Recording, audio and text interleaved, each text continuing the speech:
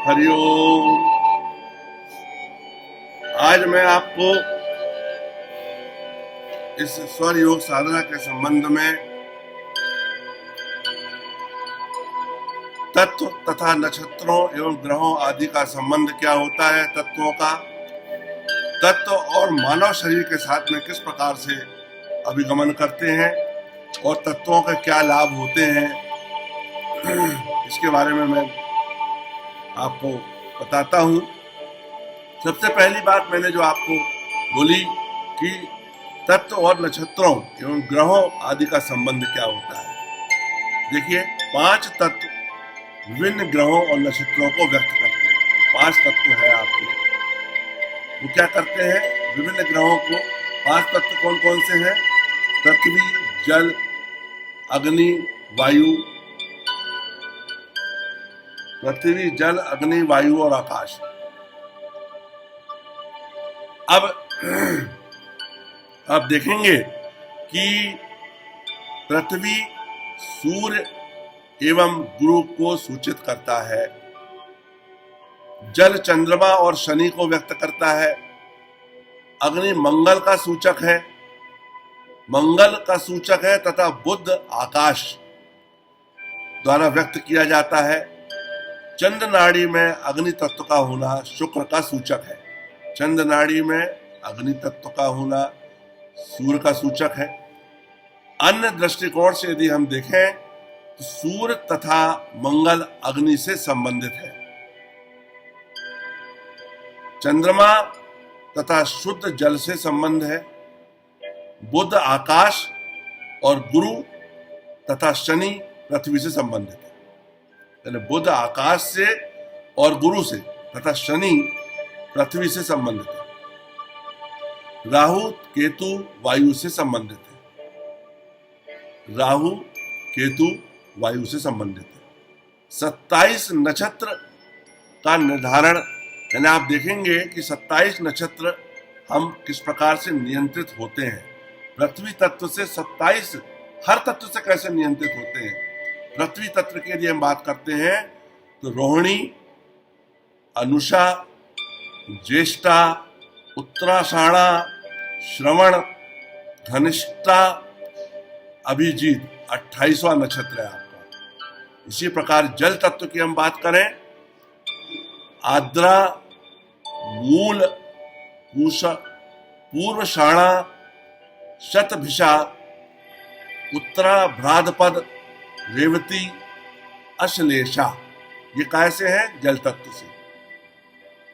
अग्नि तत्व की हम बात करें, भरणी, कृतिका, पुष्य, मघा, पूर्वा, फाल्गुनी, स्वाति और पूर्वा भाद्रपद, ये आपके अग्नि तत्व है से संबंधित है।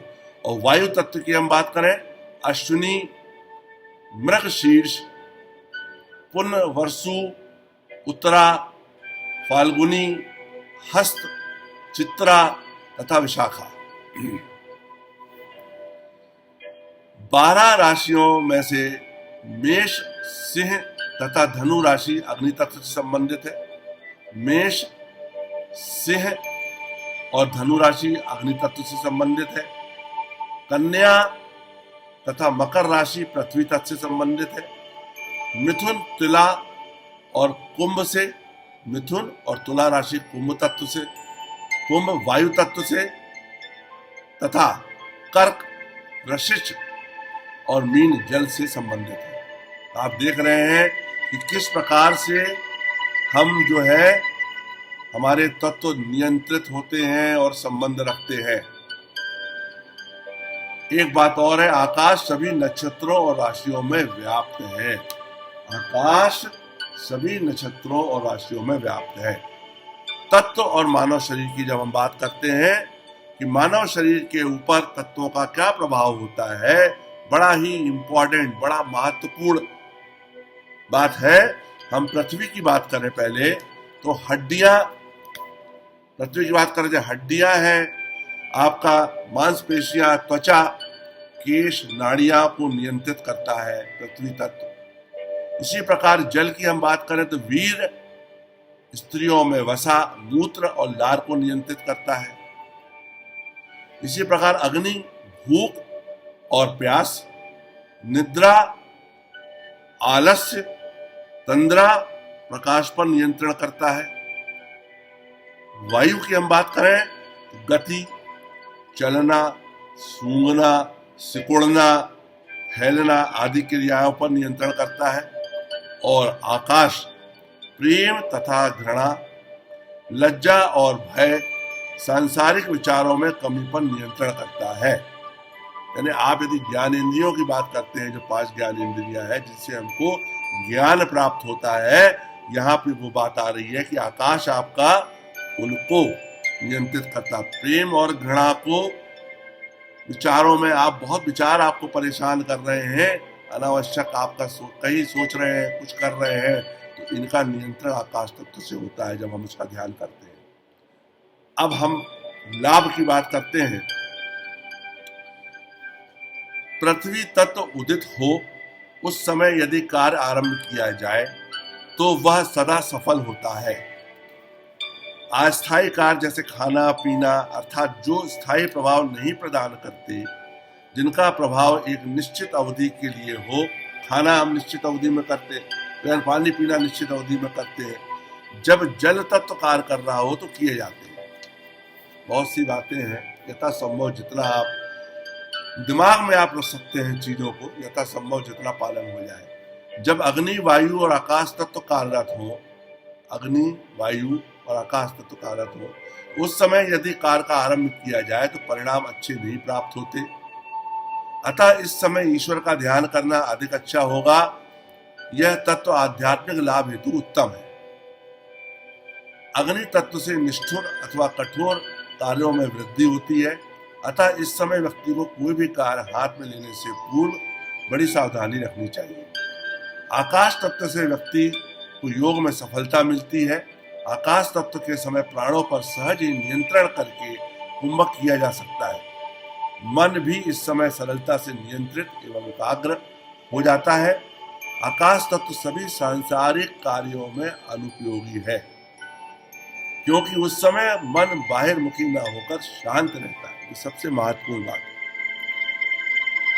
सांसारिक कार्यों के लिए मैंने आपको बताया पृथ्वी जल तत्व शुभ, अग्नि मध्यम तथा आकाश अशुभ फलदायक है।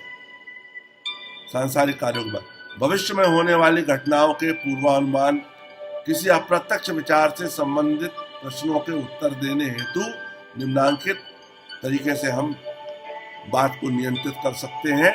संक्षिप्त में पृथ्वी तत्व पश्चिम पर, पृथ्वी तत्व पश्चिम, जल तत्व पूर्व पर, वायु तत्व उत्तर तथा अग्नि तत्व दक्षिण पर शासन करता है, दक्षिण दिशा पर। आकाश तत्व मध्य बिंदुओं पर शासन करता है। आकाश तत्व जो है मध्य बिंदुओं पर शासन करता है। अंत में मैं और चीज बताना चाहूंगा कि चंद्र नाड़ी में पृथ्वी तथा जल का उदय अत्यंत शुभ है। चंद्र नाड़ी माया स्वर, क्योंकि इससे सभी कार्यों में सफलता मिलती है, जबकि सूर्य नाड़ी के साथ अग्नि तत्व मंगलकारी है। पृथ्वी तथा जल क्रमशः दिन और रात्रि में आय के सूचक हैं। अग्नि मृत्यु का सूचक है। वायु सामान्य कमी की ओर इंगित करता है तथा आकाश पूर्ण हानि की ओर संकेत करता है। पृथ्वी स्वामित्व, जल आय, वायु गति तथा अग्नि और आकाश हानि और मृत्यु को बतलाते हैं।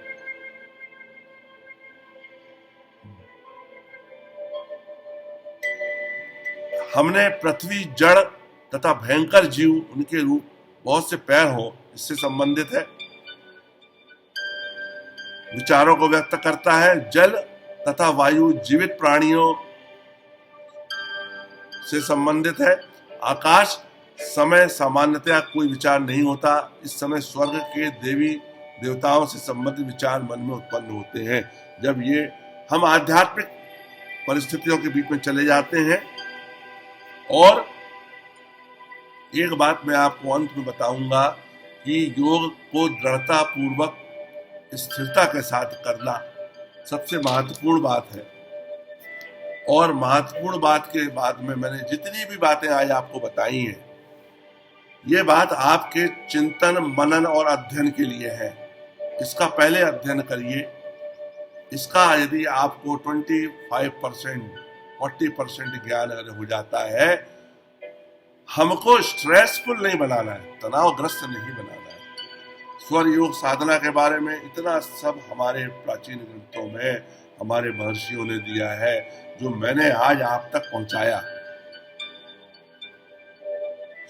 स्वामी शिवानंद स्वर योग साधना ट्रस्ट जो है आपका, the divine life society publication,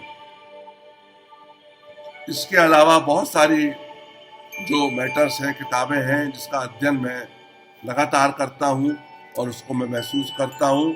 अंत में मैं आपको 3 लाइनें बताता हूं कि प्रकृति पुरुष उस अलौकिक सम्मिलन को जो इस समस्त सृष्टि की स्वयं से रचना कर न तो जीने की जिज्ञासा को शांत करता है और न ही बुझ जाने देता है। यह भटकाव भरी खोज निरंतर चलती रहती है और हम उस परम सौंदर्य की महक को महसूस करने के लिए ललायत रहते हैं। और यही जो है सत्यम शिवम सुंदरम की खोज निरंतर अंतःकरण से हम मुझे महसूस करें। जिंदगी का वो हिस्सा कुछ समय के लिए हम इन सब अभ्यासों के लिए दें। जब हमारे शरीर में ऊर्जा होती है, शक्ति होती है, उसका संचय करें। वो हमारे निरंतर जितना जीवन परमात्मा ने, जीवन तो बहुत न हो पर स्वस्थ जीवन हो, जितना जीवन हो वो स्वस्थ हो, और उस परम पिता परमात्मा की उपस्थिति को महसूस करते हुए हम उस अनंत यात्रा की ओर बढ़े।